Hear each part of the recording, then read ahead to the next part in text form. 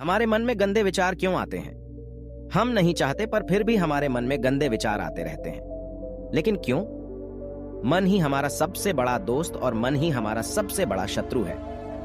जब हम अपने मन के हिसाब से चलते हैं तो मन हमें भटका देता है, और जब हम मन को संतुलित कर लेते हैं तो हम अपनी जिंदगी में सब कुछ पा लेते हैं। हम अपने मन में आने वाले गंदे विचारों को रोकने की कोशिश करते हैं, पर जितना हम रोकते हैं उतने ये विचार हमारे अंदर प्रवेश करते जाते हैं।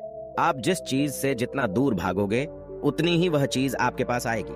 इसीलिए उस चीज से भागो मत, बल्कि उस पर संतुलन कायम रखो।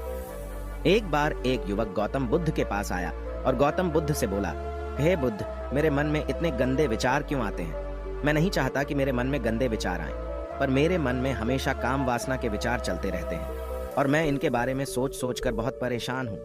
मेरी ऊर्जा और समय ये सब सोचने में ही नष्ट हो जाते हैं, और ये सब विचारों की वजह से मैं कभी कभी शांत नहीं रह पाता और मैं हमेशा ही स्त्रियों को देखकर मोहित हो जाता हूँ, अपने आप को रोक ही नहीं पाता। बुद्ध मुस्कुराए और उन्होंने उस युवक से पूछा, क्या तुम्हें पता है कि यह काम वासना होती क्या है? फिर लड़के ने उत्तर दिया और कहा, बुद्ध, मुझे तो नहीं पता कि काम वासना होती क्या है, परंतु हाँ, ये जो भी है बहुत बुरी चीज है।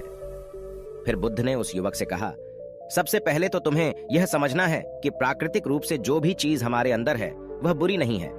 हमारे जीवन में उसकी कुछ न कुछ जरूरत होती है। वासना कोई बुरी बात नहीं है, यह हमारे मन की एक भावना है जो हमें किसी न किसी चीज की कमी का एहसास करवाती है, और फिर हम उस चीज को पाने के लिए उस चीज की ओर आकर्षित हो जाते हैं। जैसे अगर तुम्हारे पास धन की कमी है तो तुम में धन पाने की वासना उत्पन्न हो जाएगी। इसका मतलब यह नहीं कि वासना बुरी है, बल्कि यह तो हमारे मन के एक प्रकार की जरूरत का एहसास है, और जब यह जरूरत शारीरिक हो तो हम इसे काम वासना कह देते हैं। युवक ने गौतम बुद्ध को कहा, बुद्ध, मुझे काम वासना का मतलब तो समझ में आ गया, पर आप मुझे यह बताइए कि यह आती कहां से है और कैसे आती है? गौतम बुद्ध ने कहा, काम वासना कहीं से आती नहीं है, यह तो हमारे अंदर ही होती है, और इसका होना तो जरूरी भी है, तभी तो मानव जाति का विस्तार होगा। युवक ने कहा, जब यह हमारे अंदर ही है और जरूरी भी है तो फिर लोग इसे गलत क्यों बताते हैं? बुद्ध ने कहा, यही समस्या है। लोगों ने काम वासना को गलत तरीके से सोच लिया है, इसे छिपाने की और दबाने की कोशिश करते हैं। काम वासना गलत नहीं है, बल्कि काम वासना का गलत तरीके से प्रयोग करना गलत बात है। लोग जिसे पसंद करते हैं उसी के लिए जीने लग जाते हैं और उसके बारे में हमेशा सोचते रहते हैं, पर यह सब गलत है। बुद्ध ने युवक से कहा, क्या तुम्हें पता है कि जानवरों में भी काम वासना होती है? युवक ने उत्तर दिया, हाँ बुद्ध, जानवरों में भी काम वासना होती है, क्योंकि जानवर भी तो आखिर अपनी पीढ़ी को आगे बढ़ाएंगे। बुद्ध ने कहा, तो फिर हम जानवरों की काम वासना को क्यों गलत नहीं कहते? युवक ने कहा, मुझे नहीं पता महात्मा, आप ही मुझे बताइए। गौतम बुद्ध ने कहा, जानवर अपनी काम वासना का प्रयोग आनंद प्राप्ति के लिए नहीं करते, वह तो सिर्फ संतान उत्पन्न करने के लिए काम वासना का उपयोग करते हैं। जानवरों को प्रकृति ने इतनी समझ नहीं दी कि वह काम वासना को अपने सुख का आधार बना सके, जबकि मनुष्य अपनी समझ के बलबूते पर प्रकृति में पाई जाने वाली प्रत्येक वस्तु को अपने सुख के लिए अपने प्रयोग करता है। हम इंसानों ने ही काम वासना को अपने सुख का साधन बना लिया है, जबकि प्रकृति ने तो हमें अपने वंश को आगे बढ़ाने के लिए दिया था, लेकिन इंसानों ने इसे अपने जीवन का परम लक्ष्य बना रखा है, और इस तरह से काम वासना का बेलगाम हो जाना गलत है। युवक ने बुद्ध से पूछा, महात्मा जी, ये काम वासना हम पर हावी क्यों होती है? क्यों यह बेलगाम हो जाती है? तब गौतम बुद्ध ने कहा, सुनो, अब जो मैं तुम्हें बताऊंगा उसे तुम ध्यानपूर्वक सुनना। काम वासना का सारा खेल तुम्हें समझ आ जाएगा, तुम्हें तुम्हारे सारे सवालों का जवाब मिल जाएगा, बस तुम्हें ध्यान से सुनकर समझना है। फिर गौतम बुद्ध युवक को बताना शुरू करते हैं। एक बार की बात है, एक आश्रम में गुरु और उनके शिष्य रहते थे। शिष्य रोजाना आश्रम के बाहर स्थित गांव में भिक्षा लेने के लिए जाते थे। शिष्य जो गांव में भिक्षा लेने जाता था, उस रास्ते में एक नदी पड़ती थी जिससे वह रोज भिक्षा लेने जाता था। एक दिन उसने देखा कि एक लड़का पेड़ के पीछे छिपा है। उसने लड़के के पास जाकर पूछा, भाई, तुम इस पेड़ के पीछे छिपकर क्या देख रहे हो? लड़के ने कहा, अरे तुझे नहीं दिख रहा क्या कि मैं क्या देख रहा हूं? तब शिष्य ने नदी की तरफ देखा तो वहां पर कुछ लड़कियां पानी भर रही थी। लड़कियां 14-15 साल की होंगी। तब शिष्य ने लड़के से कहा, अरे भाई, वहां पर तो लड़कियां पानी भर रही हैं, इसमें छिपकर देखने वाली क्या बात है? तब वो लड़का शिष्य की तरफ देखकर उससे कहता है, अरे पागल, तुम्हें दिखाई नहीं दे रहा क्या कि मैं क्या कर रहा हूं? वह परियां कैसे नदी से पानी निकाल रही है। जरा उनकी अदाओं को देखो, उनके कोमल शरीर को देखो, उनकी पतली कमर मटके को उठाते समय कैसे बल खाती है, और उनके बाल उनकी कमर पर कैसे लहरा रहे हैं, मानो सुंदरता बिखरी पड़ी हो। शिष्य फिर नदी की तरफ देखता है और इस बार वह देखता ही चला गया। अभी तक तो उसे कुछ भी नजर नहीं आ रहा था और वह बिल्कुल निर्भय था। उसे किसी बात का कोई डर नहीं था, लेकिन अब वह छुपने लगा और उन लड़कियों को देखने लगा जैसे उसने कोई अपराध कर दिया हो। और जब वो छुपकर उन लड़कियों को देख रहा था तभी वो अंदर से कांप गया और उसने कहा कि यह मैं क्या कर रहा हूँ? मैं जो भी कर रहा हूँ वह सही नहीं है, मुझे यहाँ से चले जाना चाहिए। और फिर वह जल्दी से वह से चला जाता है। फिर वह आश्रम पहुंच जाता है। आश्रम जाकर वह अपने कार्यों में लग गया, लेकिन जो अभी वह देख कर आया था वही उसकी आंखों के सामने बार बार आ रहा था। उसके मन में वही दृश्य चल रहा था। उसका मन वही सब कुछ देखने के लिए ललचा रहा था। उसका किसी भी काम में मन नहीं लग रहा था। सुबह होते ही वह रोज भिक्षा के लिए आश्रम से जल्दी निकल जाता और नदी के पास वाले पेड़ के पास जाता, जहां वह लड़का पहले से मौजूद रहता था। उसके साथ मिलकर लड़कियों को छुपकर देखता था। अब वह रोज ऐसा करने लग गया। उसका मन अब किसी भी काम में नहीं लगता था। वह हमेशा किसी न किसी प्रकार के विचारों में उलझा रहता था। वह आश्रम के कार्यों को भी ठीक ढंग से नहीं कर पा रहा था। न वह ठीक से सो पाता था और न ठीक से खाना खा पाता था। उसका मन बेचैन सा रहता था। उसका मन बार बार उन लड़कियों के सौंदर्य को देखने के लिए ललचाता था। जब गुरु भिक्षा देते तब भी उसका मन कहीं और विचारों में खोया रहता था। गुरु ने अपने शिष्य की इन हरकतों को देखा। तब एक दिन गुरु ने शिष्य को अपने पास बुलाया और कहा, आज से मैं भी तुम्हारे साथ भिक्षा मांगने चलूंगा। तुम और मैं साथ साथ भिक्षा मांगने चलेंगे। तभी शिष्य ने गुरु को मना करते हुए बोला, नहीं गुरुदेव, आप परेशान क्यों हो रहे हो? मैं अकेले ही ठीक से भिक्षा मांग सकता हूं। गुरु ने शिष्य से कहा, ठीक है, तुम अकेले ही भिक्षा मांगने जाओ। इसके बाद शिष्य भिक्षा मांगने निकल गया। शिष्य के जाने के बाद गुरु भी आश्रम से निकल गए और शिष्य का पीछा करने लगे कि वह कहां जाता है, किससे मिलता है। यह सब देखने के लिए उसके पीछे पीछे चलने लगे। थोड़ी दूर जाने के बाद गुरु ने देखा कि उनका शिष्य एक लड़के के साथ एक पेड़ के पीछे अपराधी की तरह छिपा हुआ है और छिपकर कुछ देख रहा है। गुरु भी अपने शिष्य के पीछे जाकर खड़े हो गए, यह देखने के लिए कि आखिर उनका शिष्य क्या देख रहा है जिसके लिए वह पेड़ के पीछे अपराधियों की तरह छिपा पड़ा है। गुरु ने देखा कि उनका शिष्य पेड़ के पीछे छिपकर लड़कियों को देख रहा है जो नदी से पानी भर रही है। तभी गुरु ने शिष्य से कहा, क्या तुम लड़कियों से भी भिक्षा लोगे? गुरु की आवाज सुनकर शिष्य का मन घबराया और उसके पसीने छूटने लगे। वह थर थर कांप रहा था, जैसे किसी चोर को पकड़ते समय रंगे हाथों पकड़ लिया हो। उसकी हालत खराब हो गई, वह कुछ भी नहीं बोल पा रहा था। वह लड़का जो शिष्य के साथ था वहां से भाग गया, जिससे शिष्य और भी घबरा गया था। उसके मुंह से कुछ टूटे फूटे शब्द ही निकल रहे थे। वह अपने गुरु से भी नजर मिलाने का साहस नहीं कर पा रहा था। गुरु ने शिष्य की ओर देखा और कहा, मेरा शिष्य तो निर्भय है, उसे तो किसी भी चीज का डर नहीं है, लेकिन ये क्या, तुम तो डर के मारे कांप रहे हो। शिष्य ने गुरु से कहा, मुझे माफ कर दो, इसमें मेरा कोई दोष नहीं है। उस लड़के ने मुझे बहका दिया था, लेकिन मैं आपसे वादा करता हूं कि आज के बाद मैं कभी दोबारा ऐसा नहीं करूंगा, मुझे माफ कर दो। गुरुदेव ने कहा कि कोई बात नहीं, पर इस बात का तुम ध्यान रखो कि हम जैसी संगति करते हैं वैसा ही फल हमें प्राप्त होता है। हम जैसे संगति करते हैं उनके विचार हमारे अंदर प्रवेश करते हैं, इसीलिए अच्छी संगति करो ताकि तुम्हारे अंदर अच्छे विचार प्रवेश करें। फिर गुरु और शिष्य आश्रम लौट आए और फिर से आश्रम के कार्यों पर ध्यान देने लगे।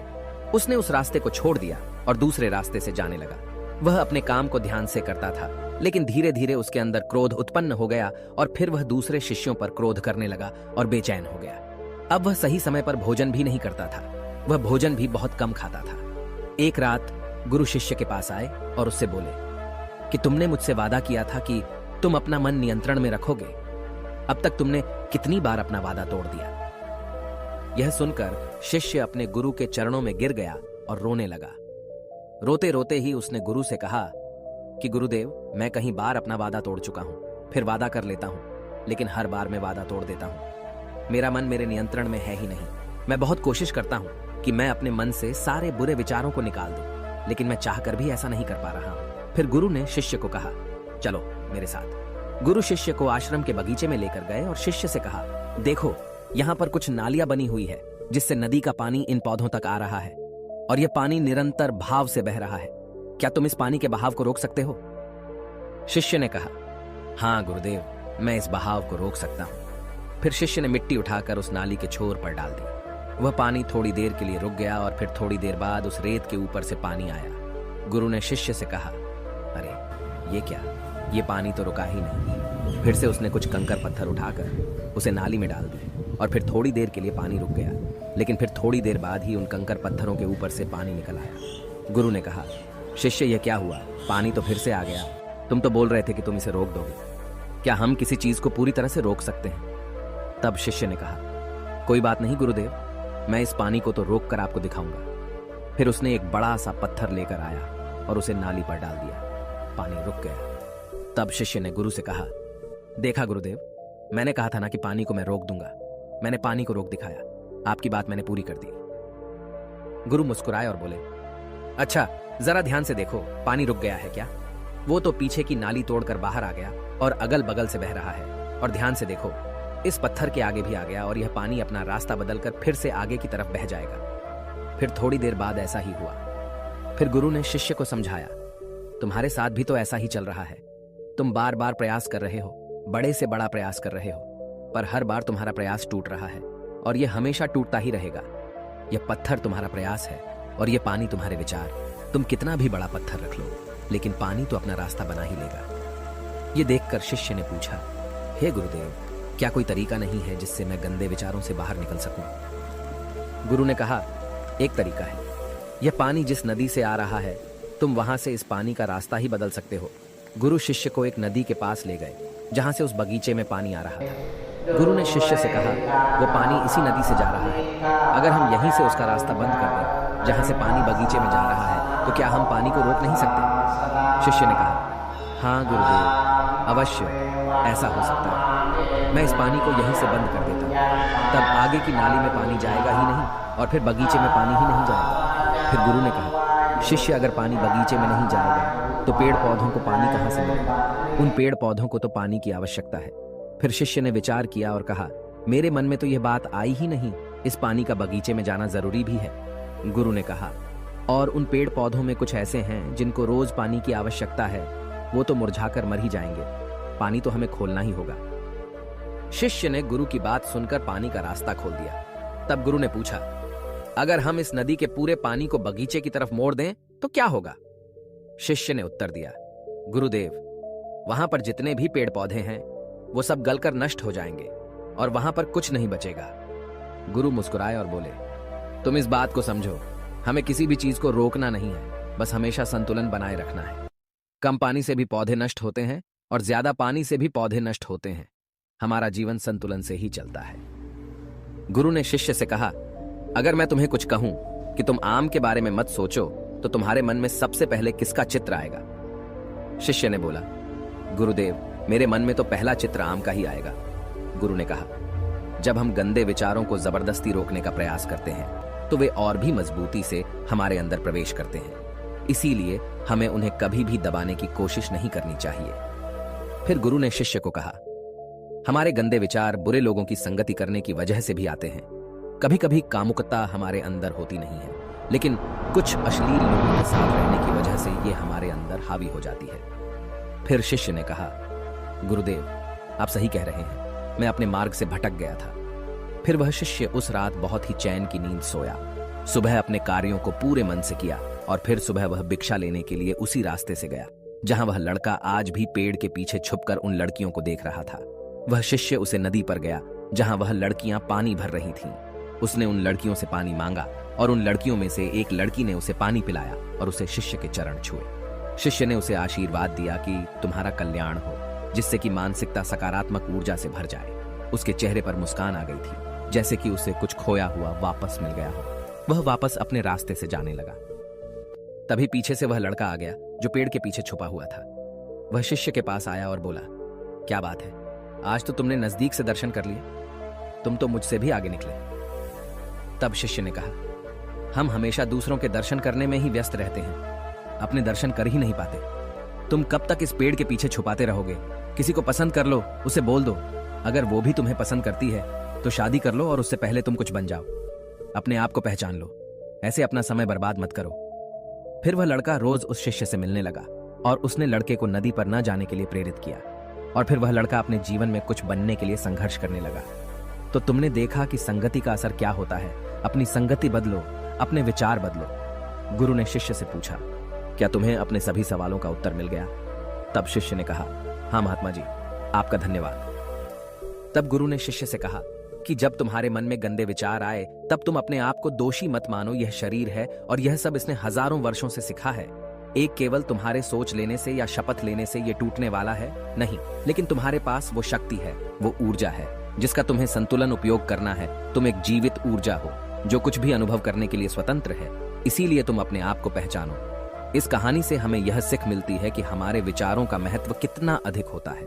हमारे विचार ही हमारे भविष्य की दिशा को निर्धारित करते हैं। हमें सकारात्मक विचारों को अपने मन में पूरी शक्ति के साथ अपनाना चाहिए ताकि हम सही दिशा में आगे बढ़ सकें।